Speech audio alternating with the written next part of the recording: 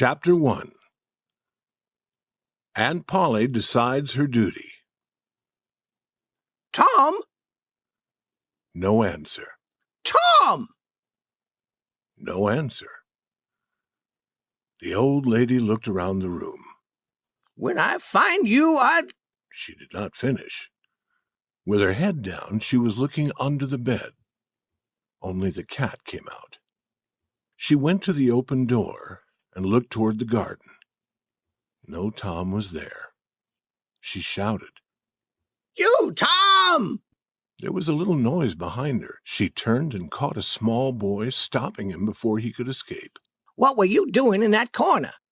Nothing. Nothing? What is that on your hands and face? I do not know, Aunt Polly. I know. You've been eating sweets. I have told you 100 times not to eat those sweets. Her hand was raised in the air. It started down. It was very near. Oh, look behind you, Aunt. The old lady turned. The boy ran. In a moment, he was up on the high-board fence. Then he was on the far side of it. His Aunt Polly was surprised. Then she laughed a little. That boy, I never know what he will do next. And he knows that I do not want to hit him, but I should. And if he does not go to school this afternoon, I must make him work tomorrow. He does not like work, especially on Saturday when there is no school. He does not like work. All the other boys will be playing, but I must try to make him a good boy. He is my dead sister's son, and it is my duty. I must do my duty. Tom did not go to school, and he had a very happy afternoon. He came home late. He hurried to do his share of the evening work. His brother Sid had already finished his share. Sid was a quiet boy who had no adventures and also no troubles. While Tom sat eating, his Aunt Polly asked questions. She hoped to learn about his afternoon. Tom, was it warm in school? Yes, Aunt Polly. Did you wish to go swimming, Tom? Tom began to feel afraid. What did she know about this afternoon? No, Aunt Polly, not very much. She touched his shirt. It was dry. But Tom knew what she would touch next. He said quickly, But some of us put water on our heads because we were hot. My hair is not dry yet. He watched her face. Yes, she believed him. He was safe. And Aunt Polly was glad to believe that he had been good. The summer evenings were long. Tom walked along the street, whistling like a bird. Then he stopped whistling. He had met a stranger, a boy a little larger than he was. The boy's clothes were new and good, and he was wearing shoes. Tom would wear shoes and good clothes like these only to church on Sunday. Tom looked and looked. The boy's clothes seemed to become better and better, and his own clothes seemed to grow poorer. Neither boy spoke. If one moved, then the other moved. But they moved only to the side, in a circle. They remained face to face and eye to eye. Then Tom said, I can beat you. Try. I can. No, you can't. Yes, I can. No, you can't. I can. You can't. Can't. A moment of quiet. Then Tom said, I could beat you with one hand. Do it. You say you can do it. That hat. Hit it off my head if you can. I will. You are afraid. I'm not afraid. You are. I'm not. You are. More moving in a circle. Now they were shoulder to shoulder, each trying to make the other fall back. And then suddenly they were rolling in the dust. Each pulled at the other's hair, and each hit the other's nose. And now through the dust Tom appeared, sitting on the new boy, beating him with hard, closed hands. Have you had enough? Said he. The boy tried to get free. He was weeping with anger. Have you had enough? Then the new boy said, Enough. Tom let him stand up and walk away. But as soon as Tom turned, the new boy threw a stone, hitting Tom's back. Therefore Tom followed him home and waited. The boy did not come out again. His mother came and said that Tom was a bad child. She told him to go home. It was late when Tom got there. Very quietly and carefully, he entered through a window. But his aunt was waiting for him. She had learned from Sid about Tom's afternoon. Now she saw his clothes and knew that he had been fighting. She knew what she must do. Tom would work all day on Saturday. Chapter 2. Strong Desire, Wise Action. Saturday morning came. All the summer world was bright and full of life. Tom appeared in the front of the house with paint and a big brush. He looked at the fence, and all joy left him. A deep sadness settled upon his heart. The fence was long and high. He wet the brush and moved it along the top board. He did it again, and did it again. He looked at what he had done. The painted part was very, very small. The whole fence was very large. He sat down. He felt that he could not continue. Jim, a boy who worked for the family, came through the gate. He was going to get water, and he was singing happily. Tom said, "Jim, I will get the water if you will paint." Jim said, "No, I must get the water." "Are you afraid of Aunt Polly? She won't hurt you. She talks about it, but talk never hurts. It never hurts except when she weeps also. You should not be afraid of her."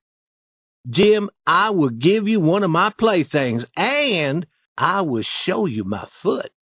I will show you where I hurt it." Jim was only human. He took the plaything, and he put his head down for a look at the foot. In another moment he was running down the street. Tom was painting as fast as possible, and Aunt Polly was returning to the house. But Tom began to think of the pleasure planned for this day. His hands moved more slowly. Soon the other boys would come and laugh at him for working. From his pocket he took everything that he owned. He looked at it. There was nothing of real value. It was not enough to buy another boy's help. At this dark moment, a wonderful idea came to him. It was like a great bright light. He took his brush and went quietly to work. Ben Rogers appeared soon.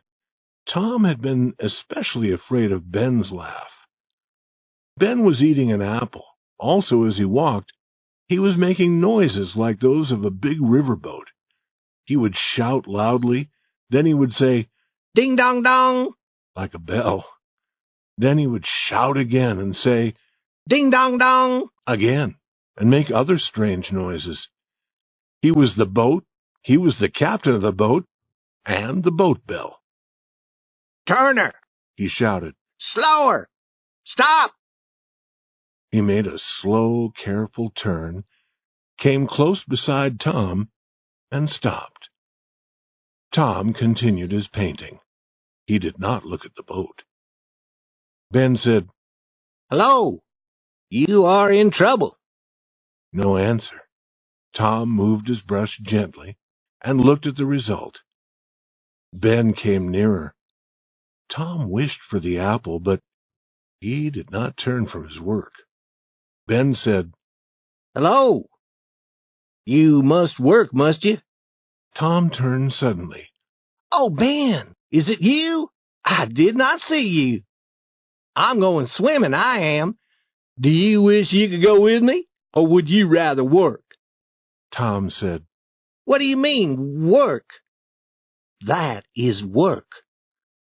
Tom returned to his painting. "It may be work and it may not be. but it is fine for Tom Sawyer." "Do you mean that you enjoy it?"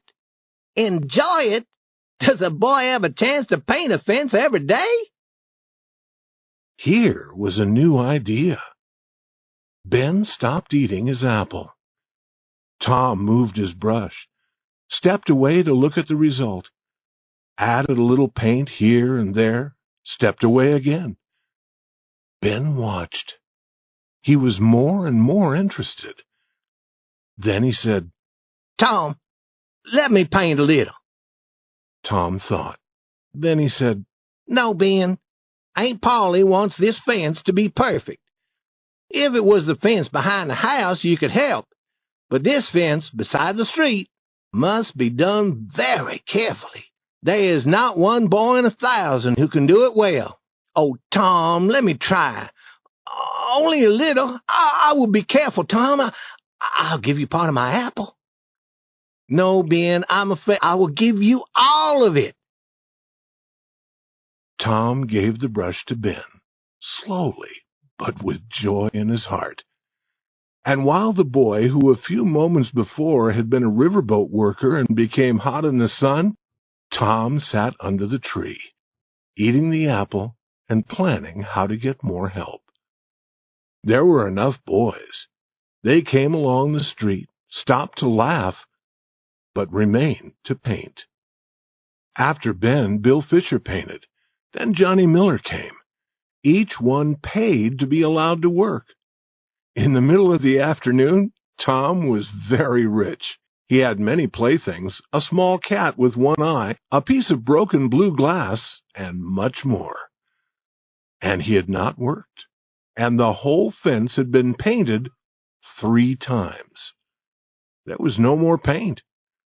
With more paint, Tom would soon have owned everything belonging to the other boys, and the other boys in the village would have owned nothing. Tom had discovered a great law of human action. A man or a boy will desire something if it's not easy to get. Chapter 3. Tom is an army officer. Delightful sadness. Tom went to report to Aunt Polly. She was sitting beside an open window. She was half asleep, and she was holding the sleeping cat. She was surprised to see Tom. She thought that he had run away from his work long ago. Tom said, "May I go and play now, Aunt?" "Already? How much have you done?" "It is all done, Aunt." "Tom, is that true? It makes me sad if you do not tell the truth." "It is true, Aunt. It is all done." She went to see, and her surprise was very great. "You can work when you want to, Tom, but you do not often want to. Go and play, but remember to come home again." She gave him a large apple. She did not see him take a piece of cake as he passed through the kitchen. Tom hurried to the center of the village. There, 2 armies of boys had met for a battle. Tom was the leader, the general of one army, and his good friend Joe Harper was the general of the other. Tom and Joe did not fight. They sat together and sent their orders to the armies. When the battle was finished, they agreed to have another battle on another day. Then the armies marched away, and Tom started to go home alone. As he passed Jeff Thatcher's house, he saw a new girl in the garden. She had blue eyes and yellow hair. She was beautiful. Tom had loved a girl named Amy Lawrence. A week ago she had said that she loved him. He had been happy and proud, but now, in a moment, she was gone from his heart. He watched the new girl until she discovered him. Then he looked at other places, as if he had not seen her. Then he began to jump and dance and walk on his hands, so that she would continue to watch him. She walked toward the house, and Tom's heart was sad. But she threw a flower over the fence. Then she was gone. Tom looked around. There was no person to see him. Slowly, He picked up the flower. He put it under his shirt, near his heart, and he stayed near the fence until darkness came. Then he went home to eat. He was full of joy. His aunt wondered why. Later that evening, his brother Sid was a bad boy. He took some sweets, but his aunt did not believe that Sid could be bad. She gave Tom the blow that she should have given to Sid. She learned the truth later and was sorry, but she said nothing to Tom. Therefore, Tom was very sorry for himself. He began to wish that he would die. She would feel sorry then. He could see himself being carried home from the river, dead, his hair wet, his troubles past. He went out into the darkness and went to the river. It would be good to drown, if he could drown without pain. He thought of his flower, and took it from inside his shirt. Would the new girl be sad if he died? Would she put her arms around him, or would she turn coldly away? This picture brought him much delightful suffering. He kept it a long time in his mind. Then he started home. He stopped near the Thatcher house. There was a light in one window. Was that the new girl's room? He lay down on the ground below the window, with her flower in his hands. He would lie there and die in the cold. In the morning she would look out the window and see him. The window opened suddenly. He heard the voice of a woman who worked for the Thatchers. She threw water out of the window and it fell on him. Tom jumped up and ran. Sid opened his eyes and saw Tom, ready for bed, looking at his wet clothes. Tom's wild eyes made Sid afraid.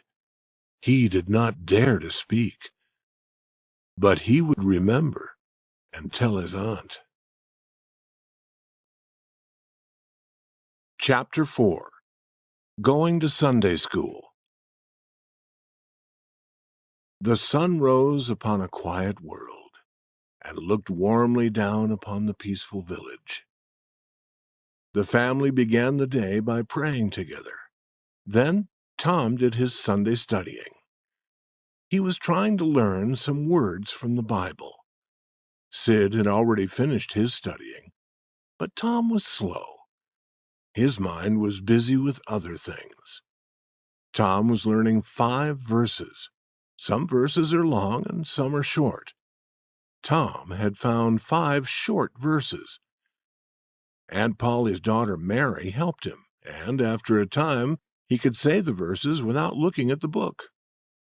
Mary gave him a knife for studying so well. It was not a good knife, but it was a knife. Tom was deeply delighted. Then Mary helped him to dress in his Sunday clothes. He hoped that she would forget his shoes, but she did not. When they were ready, the 3 children went to Sunday school. With his whole heart, Tom wished not to go. Mary and Sid enjoyed going. At the church door, Tom stopped to speak to a friend. Billy, do you have a yellow ticket? Yes. Will you sell it to me? What will you pay for it? Tom offered enough and received the ticket. Then Tom stopped other boys and bought more tickets, some red and some blue. He was busy with his buying for about 10 minutes. Then he went into the church. These tickets were given for learning the Bible verses. A blue ticket was given for 2 verses. A red ticket was equal to 10 blue tickets. A yellow ticket was equal to 10 red tickets. And for 10 yellow tickets, for learning 2,000 verses, the Sunday school teacher gave the student a Bible. It was a wonderful day when a boy or girl received one of those Bibles. Perhaps Tom did not want the Bible, but he did want the wonderful experience of receiving it. "Now, children," the teacher said, "sit up as straight as possible and listen. That is what good little boys and girls should do." While the teacher was talking, 3 gentlemen and a lady entered the church. The lady was leading a child. When Tom saw this small girl, waves of happiness went over him. He began hitting other boys, pulling their hair, doing everything to force the new girl to look at him and smile. He was quickly forgetting the water the woman threw from her window the night before. The gentleman and the lady went to the front of the church and sat down there. Then the teacher told who they were. One gentleman was Mr. Thatcher, who lived in the village. All knew him. But one was his brother, the great Judge Thatcher. He had traveled. He had seen the world. He came from a large town 12 miles away. The teacher wished that on this day he could give some boy or girl a Bible. He would have been proud to do that. The famous Judge Thatcher would know then that this was a fine Sunday school. But no child had enough yellow tickets. At this moment, when hope was dead, Tom Sawyer came forward. He had 9 yellow tickets, 9 red tickets, and 10 blue tickets. It was like a storm coming from a clear sky. The teacher had not expected Tom to gather so many tickets in 10 years, but here were the tickets. It was the surprise of the year. The teacher knew that it was strange. He could not understand how it had happened. He did not believe that Tom had learned 2,000 verses. He did not believe that Tom had learned 12 verses. The other boys watched Tom. All wished that they too had enough tickets for a Bible. Some boys suffered more deeply because they had sold Tom their tickets. They were able to understand what had happened. Tom had become rich by letting other boys whitewash the fence. He had been rich enough to buy their tickets. And now anger filled them. They saw clearly what fools they had been. Tom stood in a place of honor beside the judge. The judge put his hand on Tom's head and called him a fine little man. Tom could not speak. His breath would not come. His heart was shaking. This was partly because the judge was a great man, but it was chiefly because the judge was her father. The judge asked his name. Tom? "Is that all of it?" Thomas? "But you have more, perhaps, another name?" "Tell the gentleman your other name, Thomas," said the teacher. Thomas Sawyer. "That is a good boy. You are a fine, manly little fellow. 2,000 verses is a very, very great many, and you never can be sorry that you learned them. Learning makes great men and good men. You will be a great man and a good man some day, Thomas. Then you will remember this day. Then you will be glad that you went to Sunday school. Now, Thomas, tell me and this lady some of what you have learned in your Bible verses. We are proud of little boys who learn. Now you know the names of the 12 great followers of Jesus Christ. Tell us the names of the first 2. Tom's face became red, and he looked down at his feet. The teacher knew that Tom could not answer, but he felt that he must speak. He said, "Answer the gentleman, Thomas. Do not be afraid." Tom said nothing. Surely "You will tell me," said the lady, "the names of the first 2 followers of Jesus Christ were—" Tom remembered 2 names from the Bible.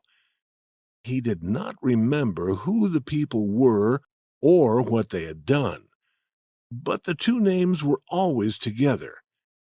He shouted them now. "David and Goliath!" But David and Goliath had not been among the 12 great followers of Jesus Christ. Their story was in a different part of the Bible. David was a boy, and Goliath was a man of very great size and strength. They were enemies, and David had killed Goliath. Let us be kind enough to look away from the rest of the scene of Tom Sawyer in Sunday school.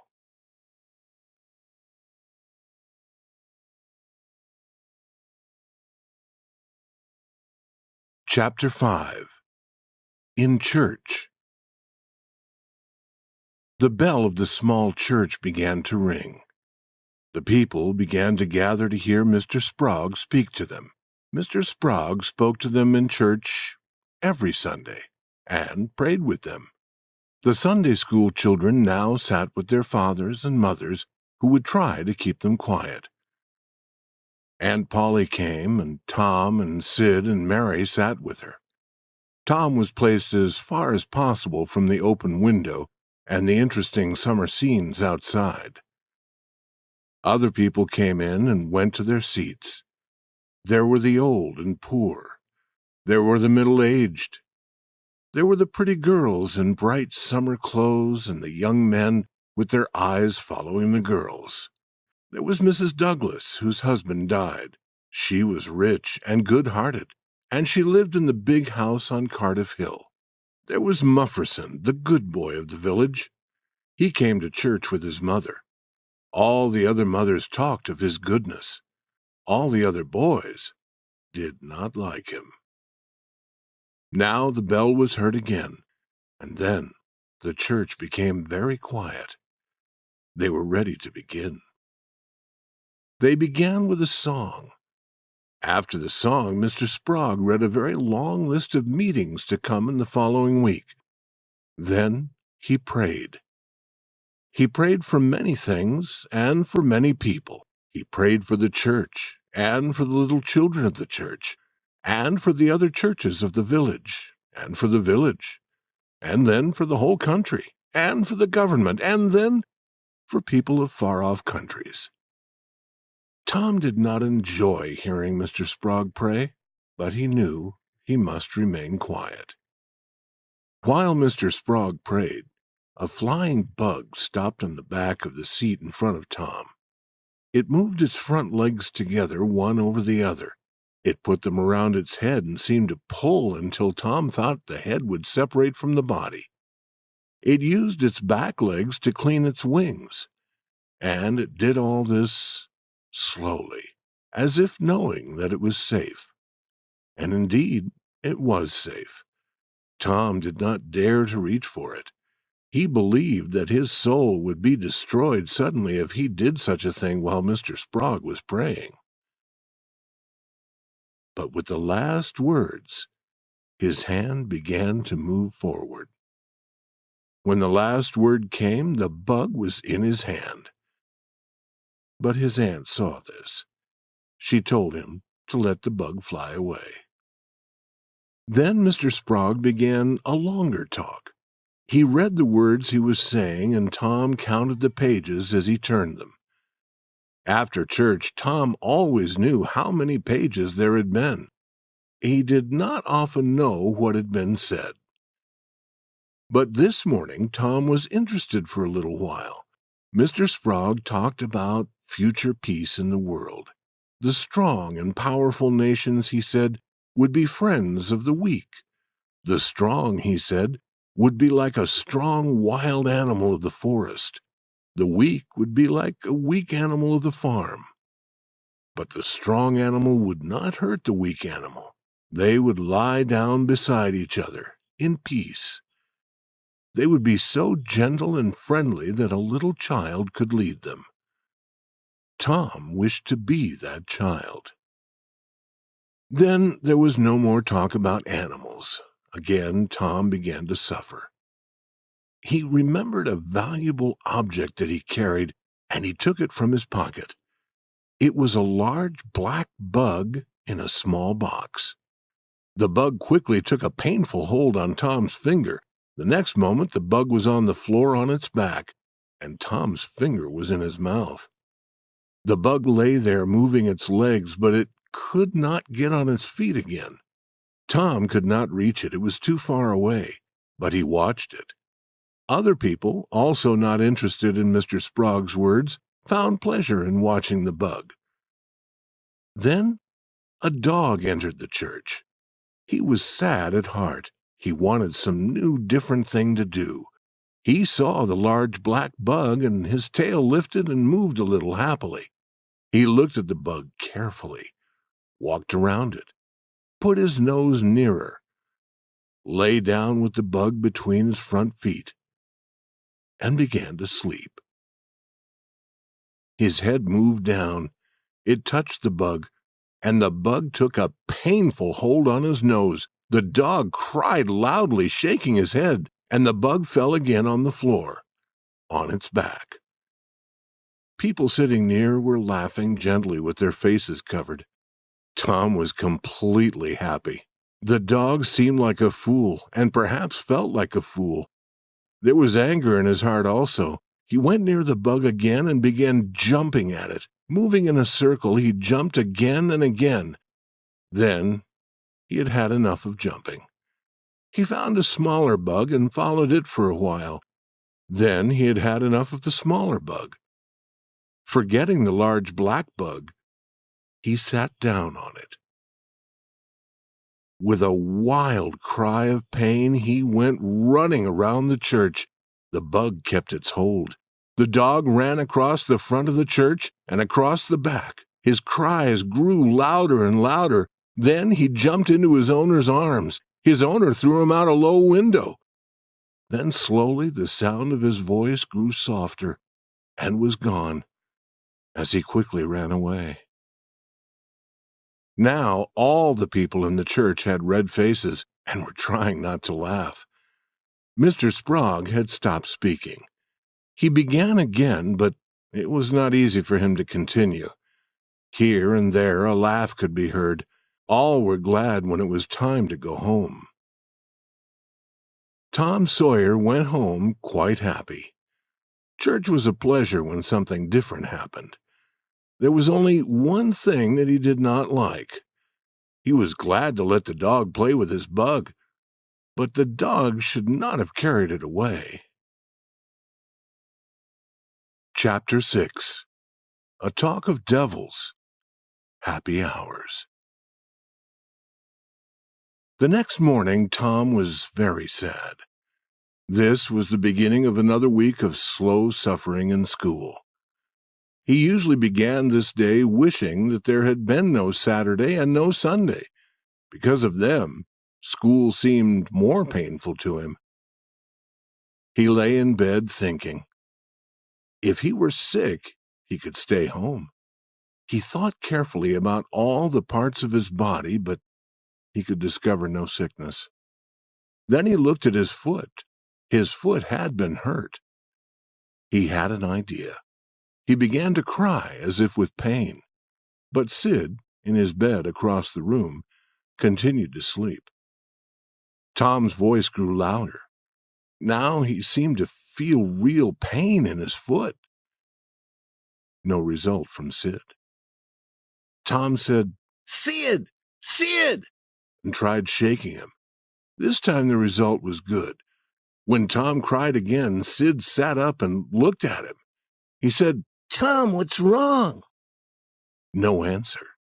Now Sid tried shaking Tom. Tom said, "Oh, do not do that, Sid. It hurts me. I must call Aunt Polly." "No, do not call her," he cried loudly again. Then he said, "I will forget everything bad you have ever done to me, Sid, when I'm dead." "Oh, Tom, are you dying?" give my cat with one eye to that new girl and tell her—" But Sid was gone. He ran to his aunt. "Oh, Aunt Polly, Tom is dying." "Dying? I can't believe it."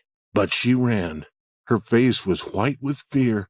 At the bedside she cried, "Tom, Tom, what is wrong? It is my foot, ain't, where I hurt it. The doctor must cut it off."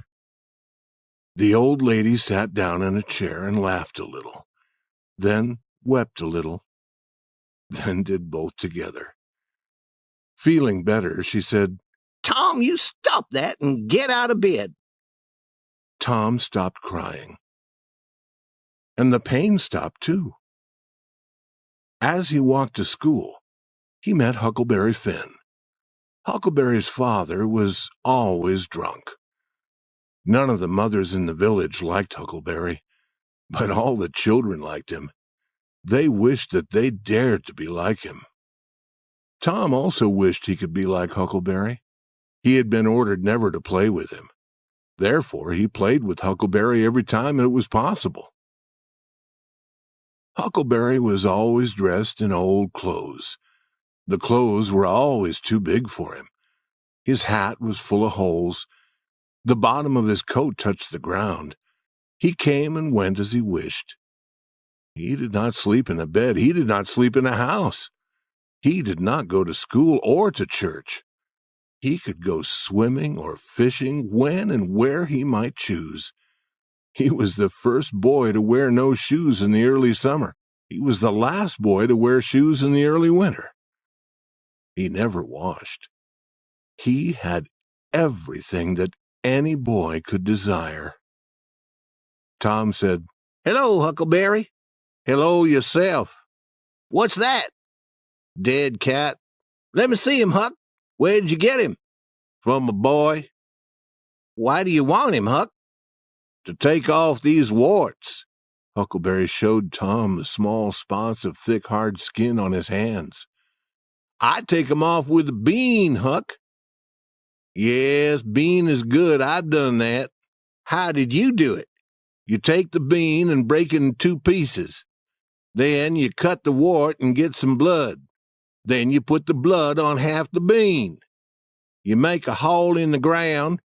You put that half of the bean in the hole and cover it with earth. You must do this in the middle of the night where 2 roads cross and when the moon is dark. Then you burn the other half of the bean. The piece of bean with the blood on it will try to pull the other half to it, and that helps the blood to pull the wart, and it's gone from your hand." "Yes, that is right, Huck. Although when you put the bean in the ground, you should say, 'Down bean, off wart, appear no more.' But how do you take off warts with a dead cat?" "You wait until a dead body of some bad person has been put in the ground. Then you take your cat and you go to that place before the middle of the night. At the middle of the night, a devil will come to carry the dead man away. Perhaps 2 or 3 devils will come. You can't see them. You can only hear a sound like the wind. Or perhaps you can hear them talk. And then, when they take the body away, you throw the cat after them. You say, 'Devil follow body, cat follow devil, warts follow cat.' And that'll take off any wart." "Did you ever try it?" "Not yet." "Huck, when are you going to do it?" "Tonight. I think that they will come to get old Hoss Williams tonight." "But they put him in the ground Saturday. The devils would take him Saturday night." "The devils can't come out until 12. At 12 on Saturday night, it is Sunday. Devils can't come on Sunday." "I never thought of that. Let me go with you." "If you won't be afraid." "Afraid? Will you come to my house and call to me? Make a noise like a cat." "Yes, but you answer. Another night I came to your house saying meow, meow like a cat, but you never answered, and your neighbor threw stones at me." "Aunt Polly was watching me, but I will meow this time." Tom continued walking to school. He went in quickly and sat in his seat. The teacher looked at him. "Thomas Sawyer!" Tom knew that trouble was coming when his whole name was used. "Why are you late again?" Tom looked around the room. He saw the new girl. No girl sat in the seat beside her, and the girls sat in all the other seats on the girls' side of the room. He said, "I stopped to talk with Huckleberry Finn." All the children looked at Tom. It was very foolish to say that to a teacher. "Thomas Sawyer, I never heard more surprising words. Take off your coat." The teacher had a supply of thin branches cut from a tree. He used and broke several of these while beating Tom's back. Then he ordered, "Go and sit with the girls." The new girl turned her back toward Tom. Then, after a short time, she turned toward him, and she saw an apple on the table in front of her. She moved it away. Tom gently moved it toward her. She moved it away again. Tom returned it. Then she let it remain where he had placed it. Now Tom began to make a picture on a piece of paper. He held one hand over it while he worked, and she could not see it. She tried to see. He seemed not to notice her interest. Then she said, "Let me see." He showed her. It was a picture of a house. It was not good, but she thought it was. "It is nice. Now make a man." The man was bigger than the house. "It is beautiful. Now make me." He made a picture of another person. "That is very nice. I wish I could make pictures. I would teach you at noon. Do you go home to eat?" "I will stay if you stay." "Good. What is your name?" "Becky Thatcher." "What is yours?" "Oh, I know. It is Thomas Sawyer." "That is my name when they beat me. I am Tom when I am good. You call me Tom, will you?" "Yes." Now Tom began writing something, hiding it with his hand. She asked to see. "Oh, it is nothing. You don't want to see it." "Yes, I do." "You will tell what it is." "I promise never to tell." "Oh, you do not want to see." "I will see." She put her small hand on his, and then Tom let her pull the writing away. She read these words: "I love you." "Oh, you bad thing." And she hid his hand, but her face showed pleasure.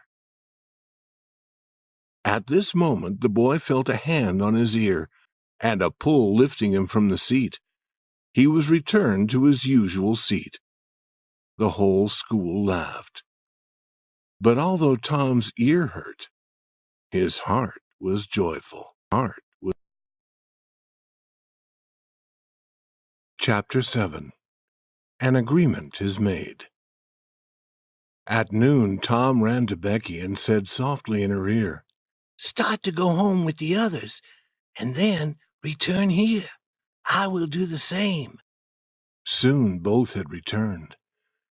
Now they were alone in the school. They sat together, and Tom put his hand on Becky's, guiding it. They made a picture of another house. Then they talked. Tom was filled with happiness. He said, "Becky, were you ever engaged?" "What does that mean?" "Did you ever promise to marry any boy?" "No." "Would you like to be engaged?" "What do you do?" "You tell a boy you will marry him. Then you kiss. That is all. It is easy." "Why do you kiss?" "They always do that. Do you remember what I was writing?" "Yes." "What was it? Shall I tell you? Yes, but not now. Tomorrow. No, now. I will say it quietly, Becky, close to your ear. He put his arm around her and he said the words quietly. Now, you tell me. She made him turn his face away. Then she came near. Her breath moved his hair as she said, I love you. Then she jumped away from him and ran around the seats, with Tom running after her. He caught her in a corner with her hands over her face, but her hands dropped. Tom kissed her and said, Now it is all finished, Becky. And always after this you can't love any boy except me, or marry any boy except me. And you can't marry any girl but me. Certainly that is part of it. And we will walk to school together because we are engaged. It is nice. I never heard of it before. Oh, it is fine. Me and Amy Lawrence... The big eyes told him that he had said the wrong thing. Oh, Tom, I am not the first that you were engaged to. She began to weep. I do not love her now. I do not love any girl except you. More weeping. Tom took from his pocket the thing he valued most. It was a ball-shaped object of no worth, but as bright as gold. Becky, take this. She hid it from his hand to the floor. Then, filled with anger, Tom marched out of the school and over the hills and far away. He would return no more that day. Becky had not really wanted him to go, and when he did not return within a few moments, she called, Tom, come back. Then she wept again. Chapter 8. Tom Decides What to Do. Half an hour later, Tom was beyond Mrs. Douglas's house on Cardiff Hill. He entered a thick forest, went to the center of it, and sat down under a tree. He was very sad. He wished that he could die. For a short time. But soon he began to think again of living. He would go far away to countries across the sea. How would Becky feel then? He would be a soldier and return famous after many wars. No, he would join the Indians and hunt and fight with them in the far west. But no, there was something better. He would sail across the seas in a long, fast, black ship. He would follow other ships, take the gold and silver they carried, and then send them to the bottom of the sea. That was it. He would be a pirate, famous in the whole world. Tom Sawyer the pirate. Yes, it was decided. He would start his journey the next morning. At this moment he heard a call from far away in the forest. He went to a place very near where he kept some of his things. From this place he took a long knife made of wood. He tied it to his side. He was not Tom Sawyer now. He dreamed he had become a famous leader named Robin Hood, who lived with his men hundreds of years before in another forest. He advanced slowly, moving carefully from behind one tree to another. Believing for the moment that he really was Robin Hood, he said, Stay where you are, my men. Do not move until I call. Now Joe Harper appeared. He, too, had a long wooden knife. Tom called, Stop! Who comes here into Sherwood Forest? No person enters my forest until I say that he may. I'm Guy of Guisborne, said Joe Harper, continuing the game. I go where I wish. Who are you? I am Robin Hood, as you shall soon know when you lie dead there on the ground. Are you indeed that famous man? Gladly I will fight with you. They took their two long knives and began a slow, careful fight. Then Tom said, "Now fight faster." They were soon hot from their efforts. "Fall," Tom said. "You must fall." "You fall. I'm fighting better than you." "But the story of Robin Hood says that I kill you. Turn and let me hit you in the back." Joe turned, received the blow, and fell. "Now," Joe said, rising, "you must let me kill you." "I can't do that. It is not in the story."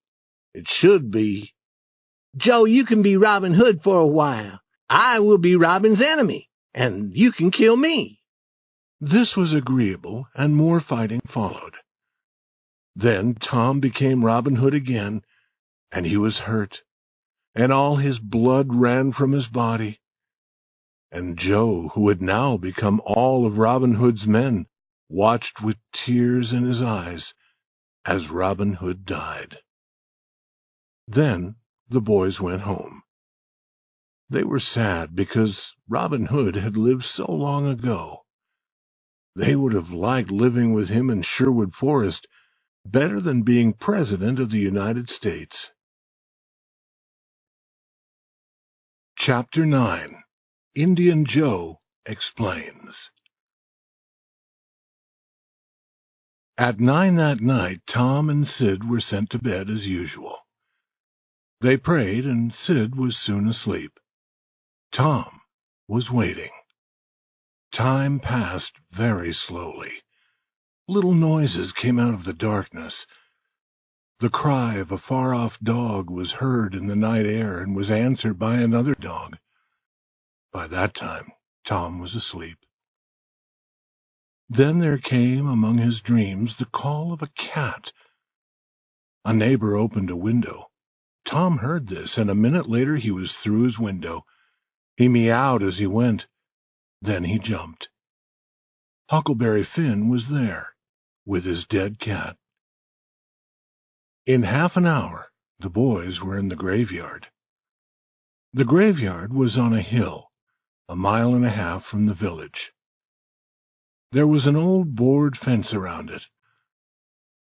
A light wind sounded in the trees, and Tom was afraid that the sound came from the spirits of the dead.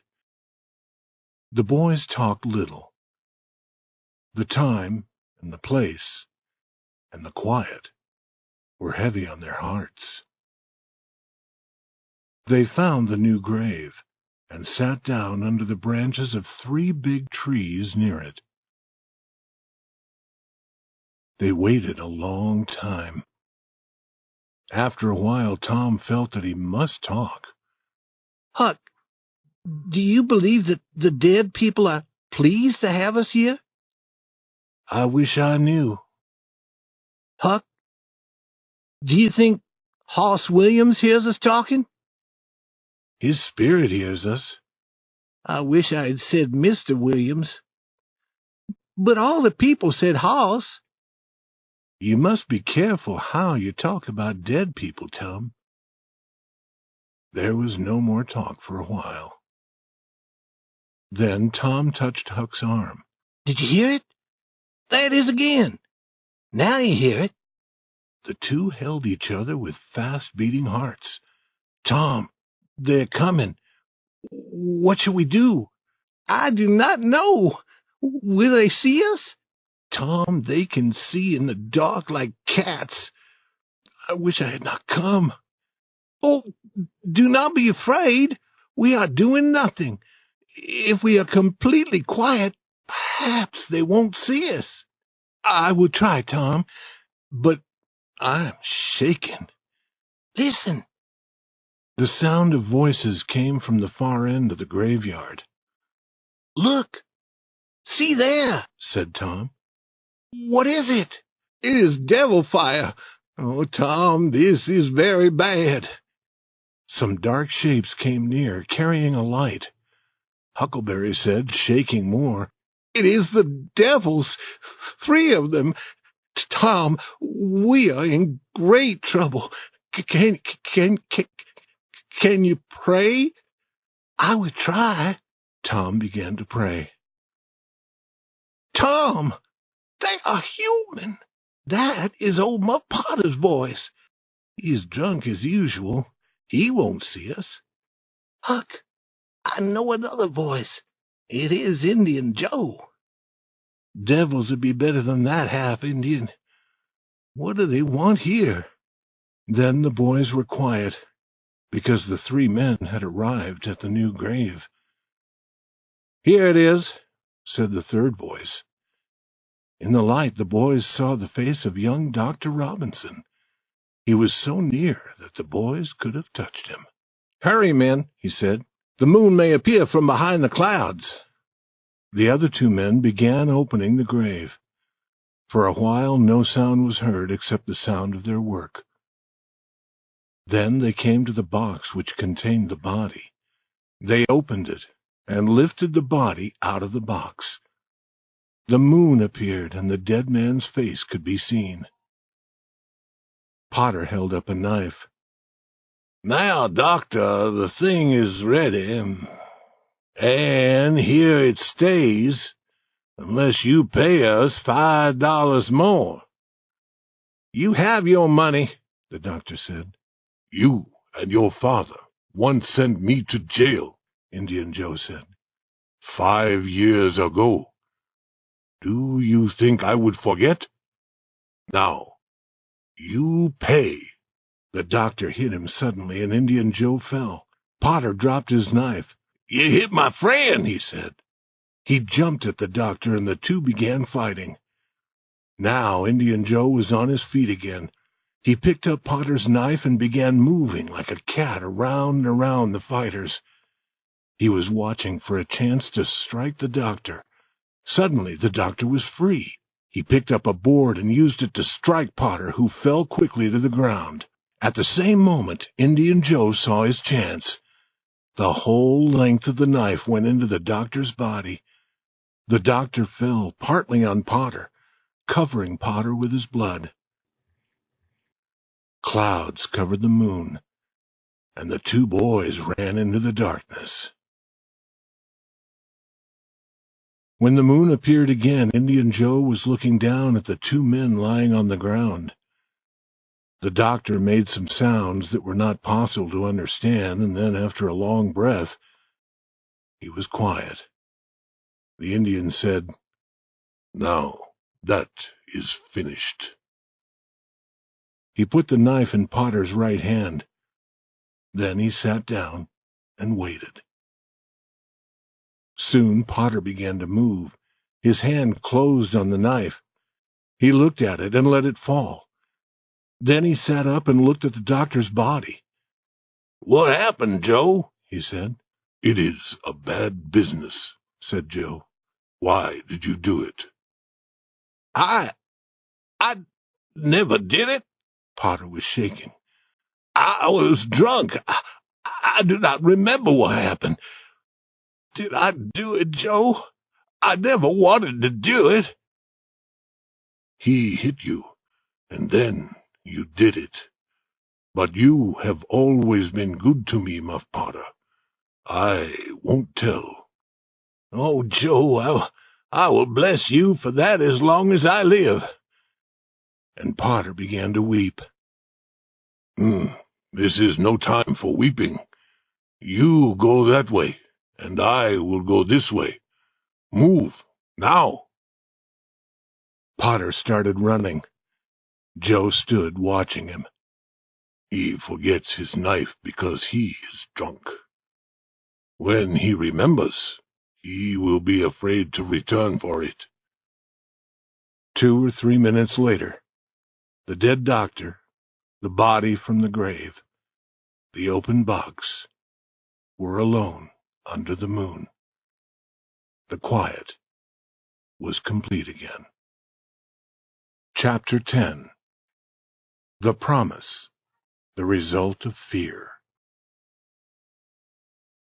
The two boys ran toward the village.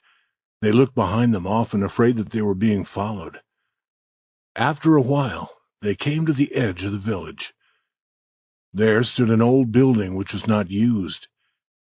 They ran through the open door and fell to the ground. Huckleberry, what do you think will happen now? If the doctor dies, they'll hang Indian Joe. Tom spoke. Who would tell about it?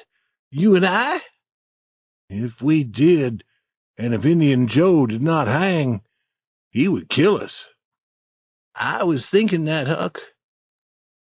Let Muff Potter tell if he's fool enough. He's usually drunk enough. Tom continued to think. And then he said, Huck, Muff Potter does not know what happened. The doctor had hit him with that board. Huck, are you sure that you won't tell? Tom, we can't tell. You know that.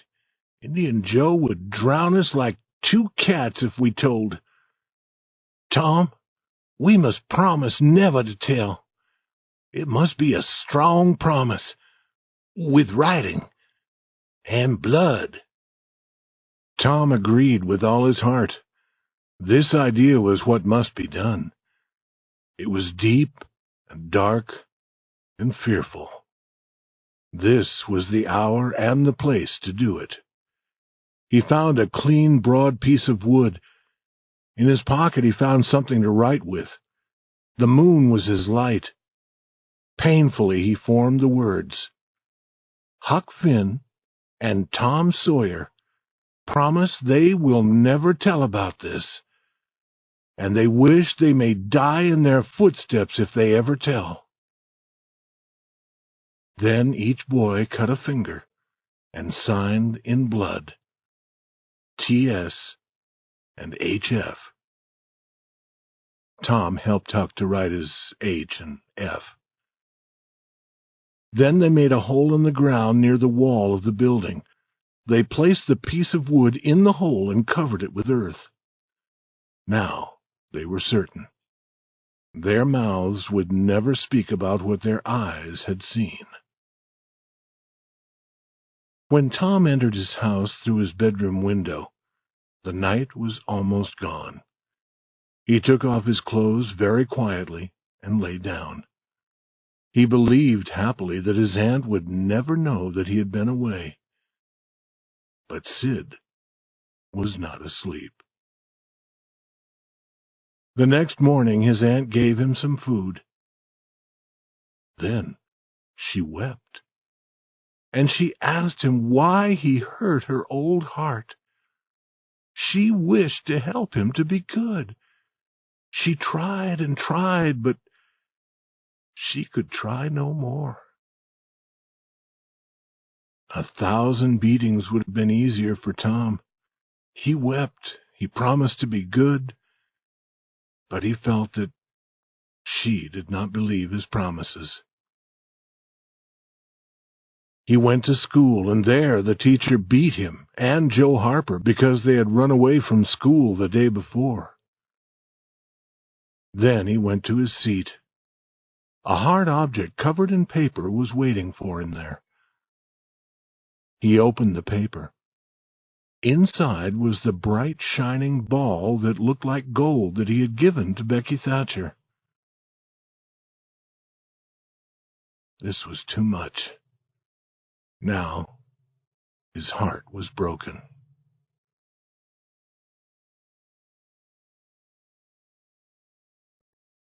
Chapter 11. Tom's Troubled Mind. At noon the whole village suddenly knew the fearful news. The story traveled quickly from man to man, group to group, house to house. The school teacher closed the school. The knife had been found.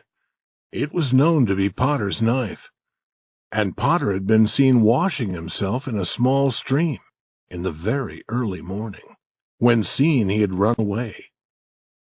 All this was very strange, especially because Potter almost never washed. All the people in the town were slowly going toward the graveyard.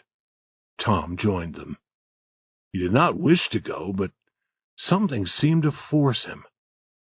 He arrived at the fearful place and saw the scene again. It seemed 100 years since he had seen it before. A hand touched his arm. He turned. His eyes met Huckleberry's. Both looked away. Were they being watched?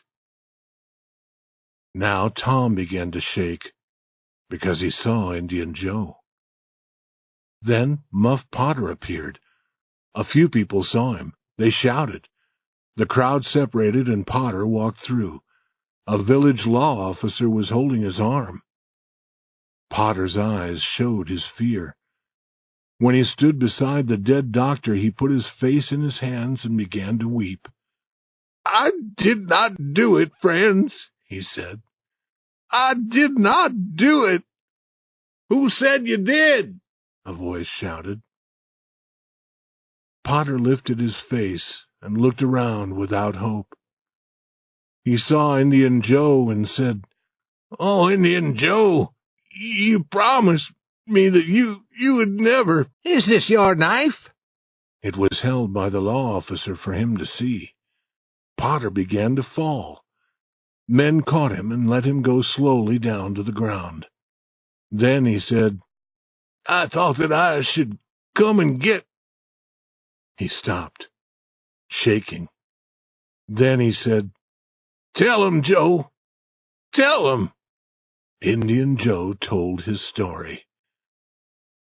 Huckleberry and Tom stood not able to speak, and with eyes wide with fear. They expected the skies to open with a sudden storm to strike down Indian Joe. But he finished his story and stood there, living and whole. They wished to tell the truth, but they did not dare. During a week after this, Tom could not sleep well. One morning, Sid said, "Tom, you talk in your sleep so much I can't sleep half the night." Tom's face became white and he looked away. "This is bad," said Aunt Polly. "There's something in your mind, Tom. What is it?" "Nothing." But Tom's hand was shaking. He could not lift his cup. "And you say fearful things," Sid said. "Last night you said, 'It is blood, it is blood.' You said that again and again. Then you said, 'Do not hurt me, I will tell.'" "Tell what?" Aunt Polly said, "I understand. It is that killing. I dream about it also." Mary said that she also dreamed about it. And then Sid stopped talking. Slowly, Tom's mind grew quieter, and his sleep was easier. Almost every day during this bad time, Tom went to the jail window and gave Potter some small gift. Then he felt happier. The village people wanted to put Indian Joe in jail also. Like Muff Potter, he had been helping the doctor to carry away that dead body from its grave. But the people did nothing. All were afraid of Indian Joe. Chapter 12. Tom Shows His Kindness. Tom had a new and great trouble. Becky Thatcher was ill. He was afraid that she might die. The joy of life was gone. He played no games. He was not interested in anything. His aunt did not know what was wrong. She tried to find some help for him. She was always reading about health. She read about how to go to bed, and how to get up from bed, what to eat, and what to drink, and what clothes to wear for good health, and how to think for good health. She believed all that she read. When she read something new, she wanted to try it. She took Tom outside in the early morning and poured cold water over him. Then she covered him with a wet cloth and put him to bed with heavy covers over him. When he was so hot that water formed on his skin, she was happy. She thought that this would help him. But Tom became sadder and sadder. She tried pouring hot water over him instead of cold. She tried less food. Soon, Tom stopped fighting against what she did, and then she was sure that he was very ill indeed. Next she heard of something new named painkiller. She put some in her own mouth to taste it. It was like a mouthful of fire. She gave some to Tom and watched him. This painkiller had a strong result. The boy was wildly interested. He acted as if she had built a fire under him. She knew that she had found the right thing. And Tom knew that it was time for him to act. He thought of several plans. He decided to say that he liked painkiller. He asked for it so often that his aunt gave the whole container to him. Now he could have painkiller at any time. She did not know that every day he put some in a hole in the floor. One day as he was doing this, the cat came in and seemed to want some of the painkiller. "You do not want it, Peter." But Peter continued to seem to ask for it. "Are you sure?" Peter was sure. "You have asked for it, and I will give it to you. I am a kind boy. But if you do not like it, remember that you asked." He opened the cat's mouth and put in some painkiller. Peter jumped high into the air and cried a wild cry. Then he started going around and around the room, running against chairs and tables. Next he stood on his back feet and danced with cries of joy. Then he went faster around the room again. Aunt Polly arrived. He rolled over and over and gave one last great cry and jumped through the open window. Tom was on the floor, weak from laughing. "Tom, what's wrong with the cat? Cats always do that to show their joy." But Aunt Polly saw the painkiller. She knew what had happened. She caught Tom's ear and pulled him up, then hit him with her hand. "Why did you do that to the cat?"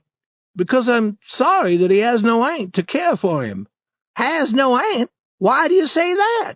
"Because if he had an aunt, she would give him a drink that burned his mouth and not think of his feelings. She would say, if the drink was good for a human, it would be good for a cat." Aunt Polly thought, if it hurt a cat, it might hurt a boy also. She put her hand on Tom's head. "I was trying to help you, and I was trying to help Peter, and it helped him. I never saw him move so fast." He was smiling at her now. "Oh, Tom, I will not give you any more painkiller. Go to school and try to be a good boy." Tom was early at school. He was often early now. Today, as he often did, he waited at the gate. He did not play. He was sick, he said, and he seemed sick. Jeff Thatcher came down the road, and Tom's face was brighter, but quickly it was dark again. Jeff was alone. When he saw a girl's dress far away, he watched and watched. But the girl was never the right one.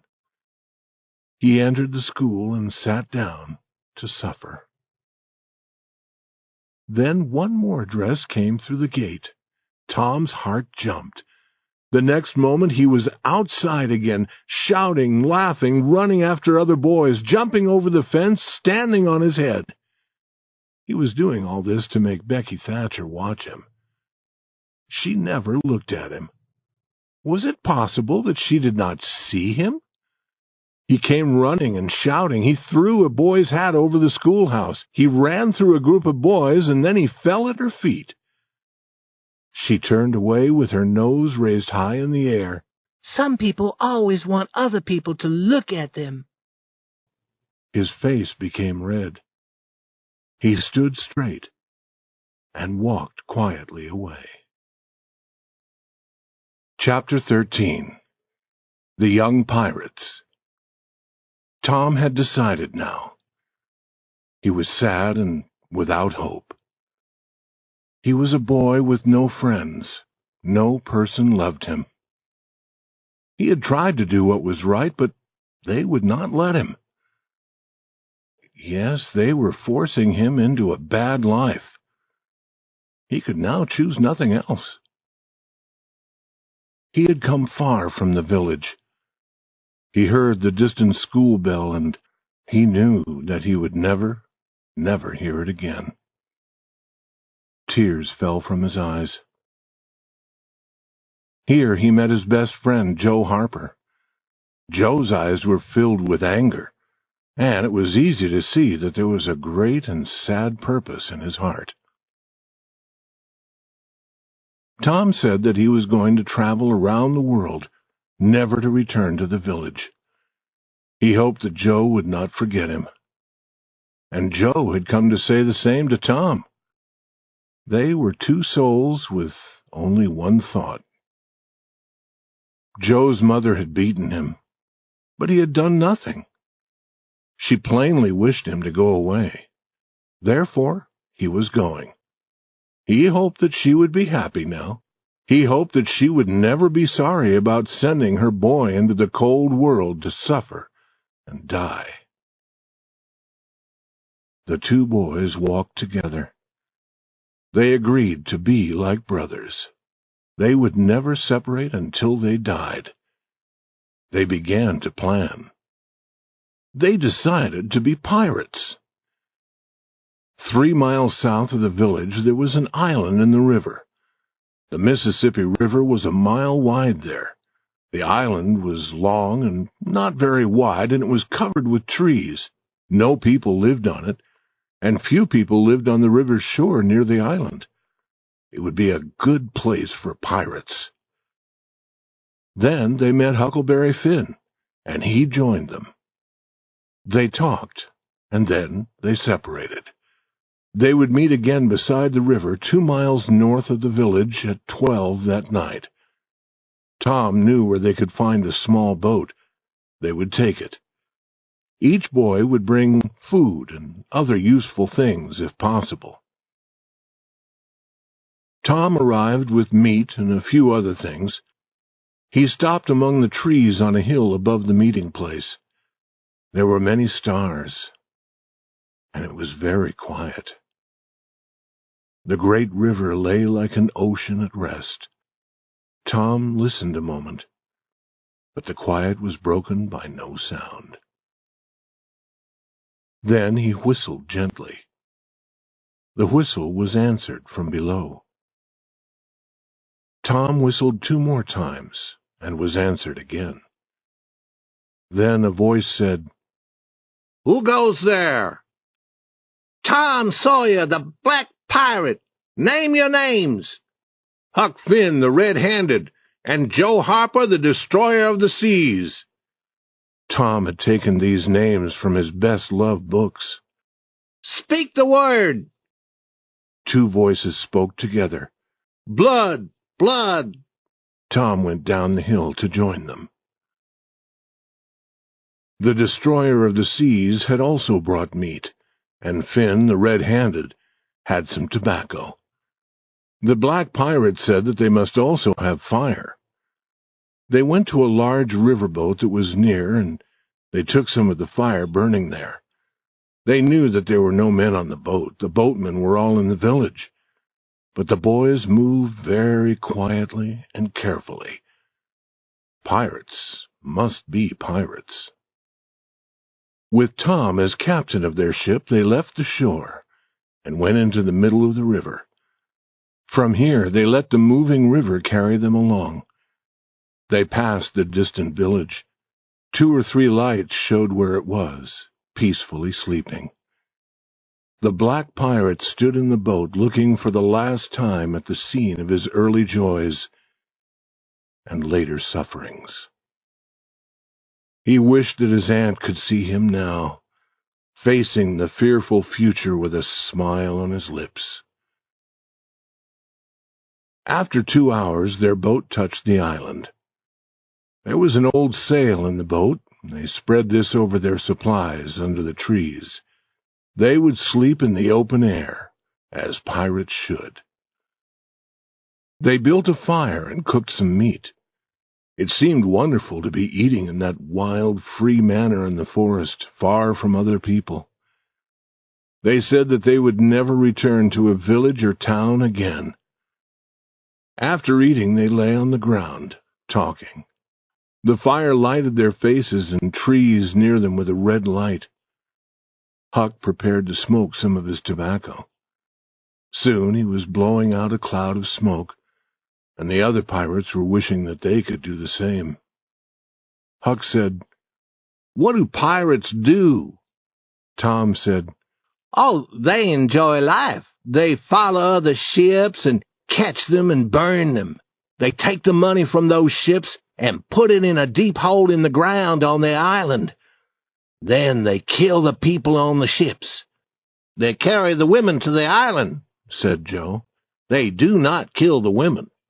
"No," Tom agreed. "Pirates are good. They do not kill the women, and the women are always beautiful. And their clothes are covered with gold and silver," said Joe. "Whose clothes?" said Huck. "The pirates." Huck looked down at his clothes. "I am not dressed for a pirate," he said, "but these are my only clothes." The other boys told him that the fine clothes would come later when they began their adventures. Slowly their talk ended. The red-handed went to sleep quickly. The destroyer of the seas and the black pirate could not sleep so quickly. They began now to have some doubt. Had it been wrong to run away from home? Had it been wrong to take the meat? The meat did not belong to them. They decided that they would never again take what did not belong to them. And with that decided, these pirates also were peacefully asleep.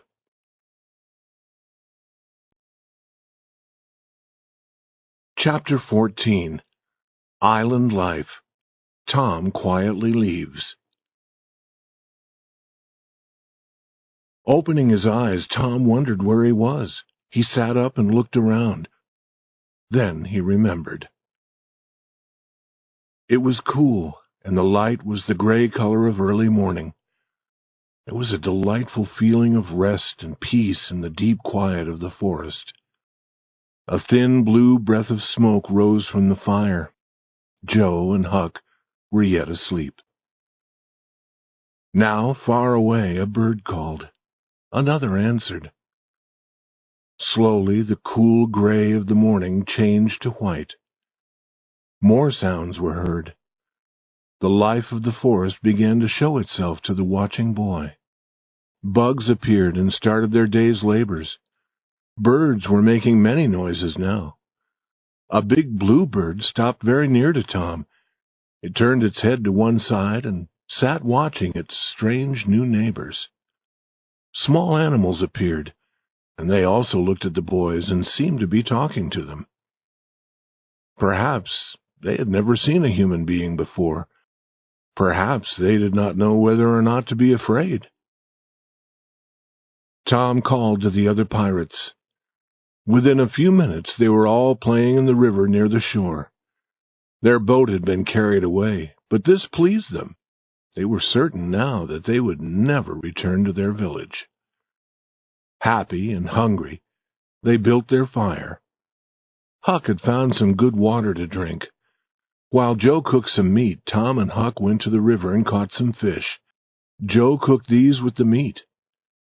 No fish had ever tasted so good. Then Huck smoked. After that, they all started to walk through the trees to see what they could discover. They found much to delight them, but nothing surprising. The island was almost 3 miles long and 1/4 of a mile wide. It was very near to the shore on one side, but far from the shore where their village was. They played in the river often. It was the middle of the afternoon before they returned to their fire. They ate some meat again, and then they sat in the shade to talk. But the talk soon stopped. The quiet, the loneliness were beginning to change their happiness. They began to be sad. Tom and Joe were thinking of home. Finn the red-handed, who had no home, was thinking of the places where he usually went to sleep. But they did not speak to each other of this weakness. Now they heard a distant sound. They looked at each other and listened. There was a long quiet, and then the sound. Then a long, long quiet, and then again. We must go and see. They jumped up and ran to the shore nearer the town. The trees there were small and grew thickly. Through them the boys looked across the water. They saw a big riverboat. It was the boat that crossed the river many times every day. Now it was coming slowly down the river. It was crowded with people. There were many small boats around it. Then from the riverboat came a cloud of white smoke, and then another boom. I understand now, said Tom. Some person is drowned. That is right, said Huck. They did that last summer when Bill Turner was drowned. A big gun makes that boom, and then the body rises to the top of the water. I wish I was on that riverboat now, said Joe. I wonder who is drowned, said Huck. They continued to listen and watch. Then a thought came into Tom's mind like a sudden light. Boys, I know who is drowned. They are looking for us. This was a wonderful thing to know. Hearts were breaking for them. Tears were falling. People were sorry that they had not always been kind to them. The whole town was talking about them. This was fine. It was good to be a pirate. All doubt of that was gone. As darkness came, the riverboat returned to her usual business. The pirates returned to their fire. They were joyful that they were so important and were causing so much sadness. They caught more fish to eat. Then they talked about what the village people were thinking and saying. But as the night grew darker, they stopped talking and sat looking into the fire. Tom and Joe thought of persons at home who were not enjoying all of this. Joe began to speak of returning to the village. Tom laughed at him. Huck joined with Tom. Huck fell asleep. Then Joe fell asleep. Tom sat for a long time watching the others. Then he stood up. He found 2 pieces of thin wood on which he could write. After writing on the wood, he put one piece in Joe's hat. He put the other in his pocket. Then, carefully, he moved away among the trees. When he knew that they could not hear him, he began to run toward the river. Chapter 15. Tom learns what is happening. A few minutes later, Tom was walking into the water toward the shore where the riverboat was tied. The stream was not wide here, but it was strong. It carried Tom south, but after a while he arrived at the river's edge. He found a good place and pulled himself out of the water. He began walking north through the trees, near the shore. He arrived at an open area across the river from the village. The riverboat was lying near. Everything was quiet under the stars. Watching with both eyes, he entered the water again. There was a small boat tied behind the large boat. Soon he was pulling himself into the small boat. After a minute or two, he heard a bell. The riverboat began to move. He knew that this was the last time it would cross the river that night. 12 minutes later, the boat stopped. Tom was quickly in the water again, swimming to the shore. Soon he had jumped over the fence behind his aunt's house. He looked through a window into a lighted room.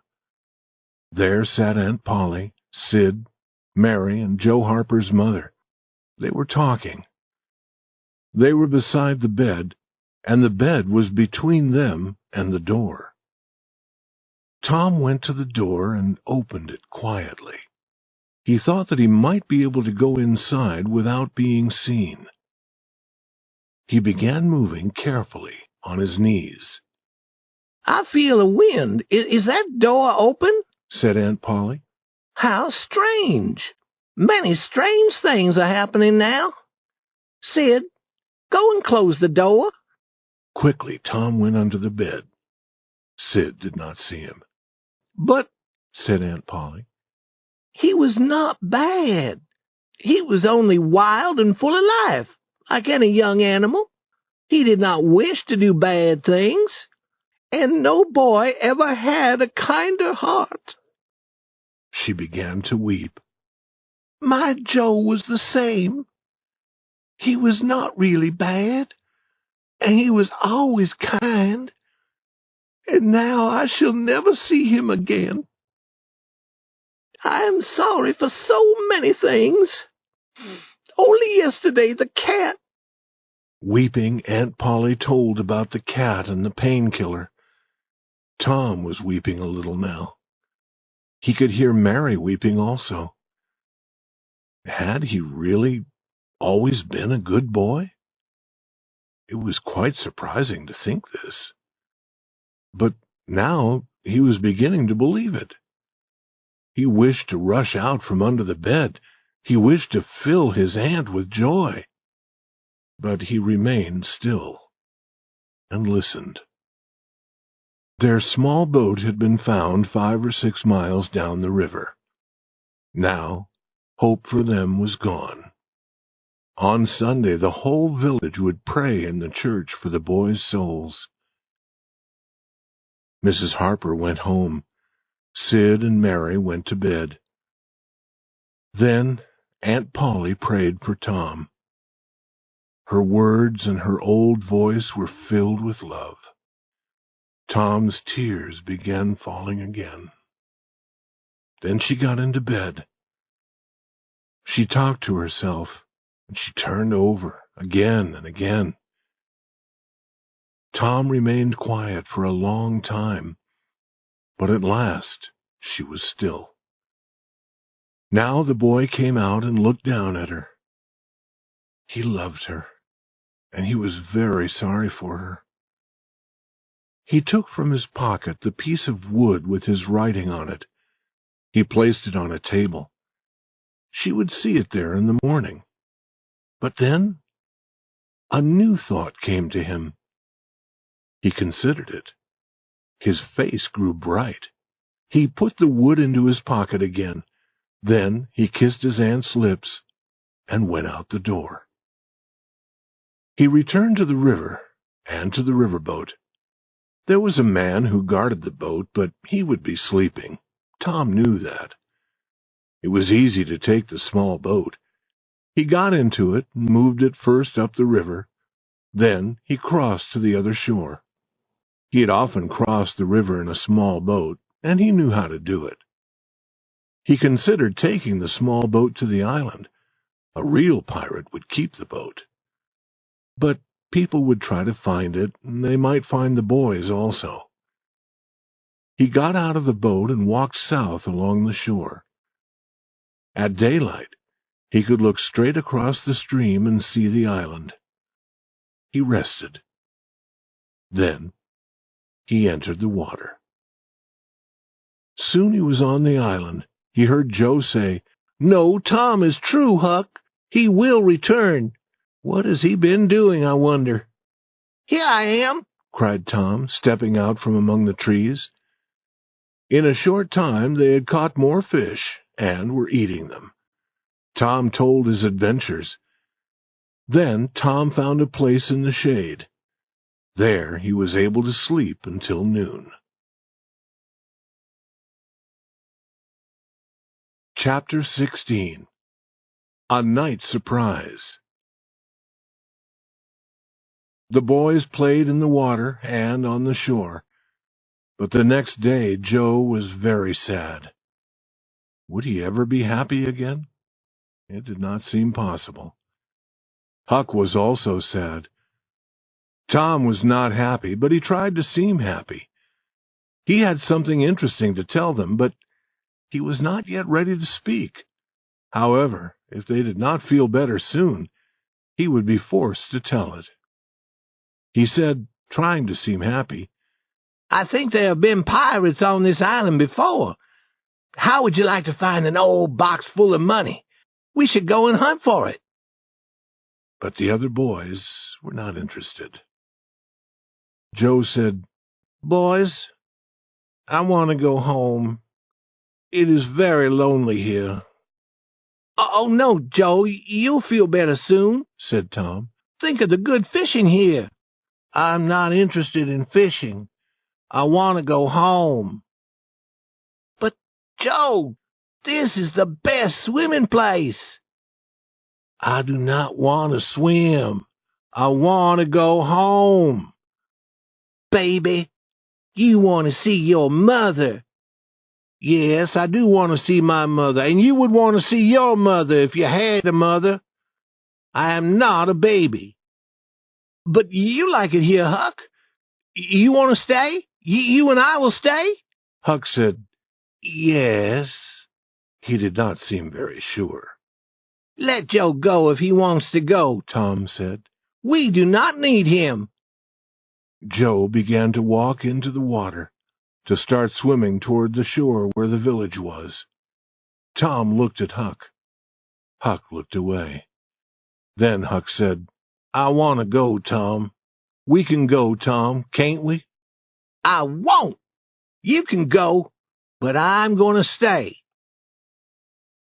Huck started to walk sadly away. Tom felt a strong desire to follow. He hoped that they would stop, but they went slowly forward. Suddenly Tom knew that it had become very lonely and quiet. He ran after the other boys, shouting, "Wait! Wait! I want to tell you something." They stopped and turned, and he began walking into the water towards them. They listened to him without an answering word or smile. But after a while they began to understand. Then they shouted with joy. They said that he should have told them his plan sooner. That night after eating, Tom wanted to learn to smoke. Joe wanted to try also. With Huck's help, they began. Tom said, "This is easy. I could have learned long ago." "This is nothing," said Joe. "I could smoke all day. I do not feel sick."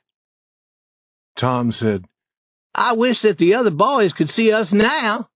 Listen, we won't tell them. And then sometime when they are with us, I will say, 'Joe, I want to smoke.' And you will say, 'My tobacco is not very good.' And I will say, 'It does not need to be good if it is strong enough.'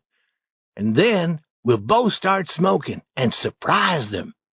"That'll be good, Tom. I wish I could do it now." "And we will tell them that we learned to smoke when we were pirates, and they will wish that they had been here." The talk continued, but after a little time there was less talk. Joe said, "I've lost my knife. I'm going to find it." Tom said, "Let me help you.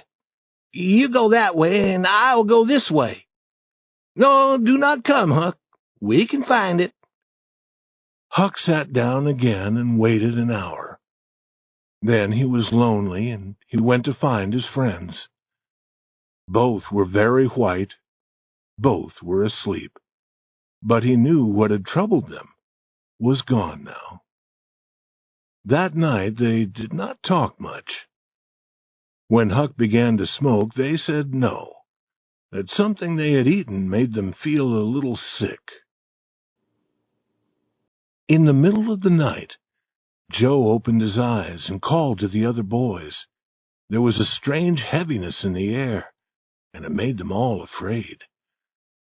The night was very hot, but they moved near to each other and near to the fire. Sitting like that, they waited.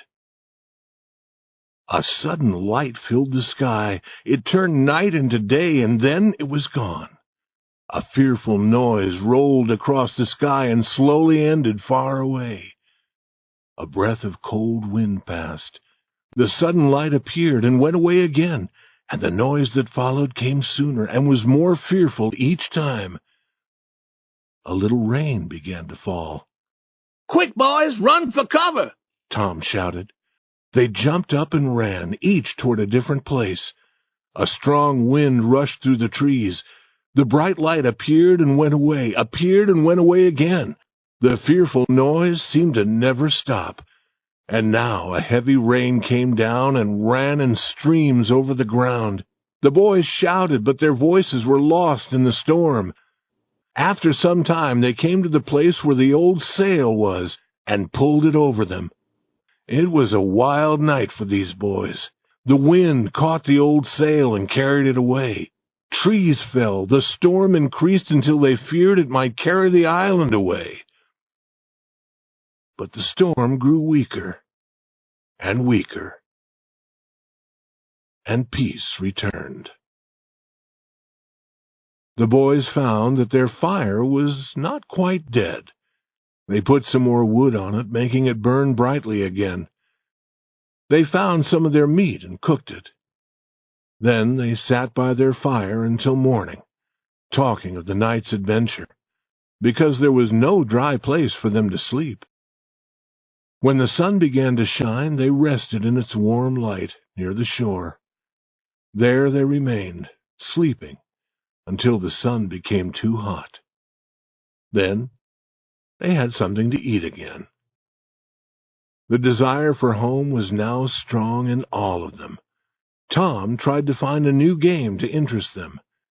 He found one. They were not pirates now. They were Indians, and had many fierce battles. However, when the day ended, they smoked together, as Indians always did to show that they were at peace. And two of them learned joyfully that now they could smoke a little tobacco without being sick.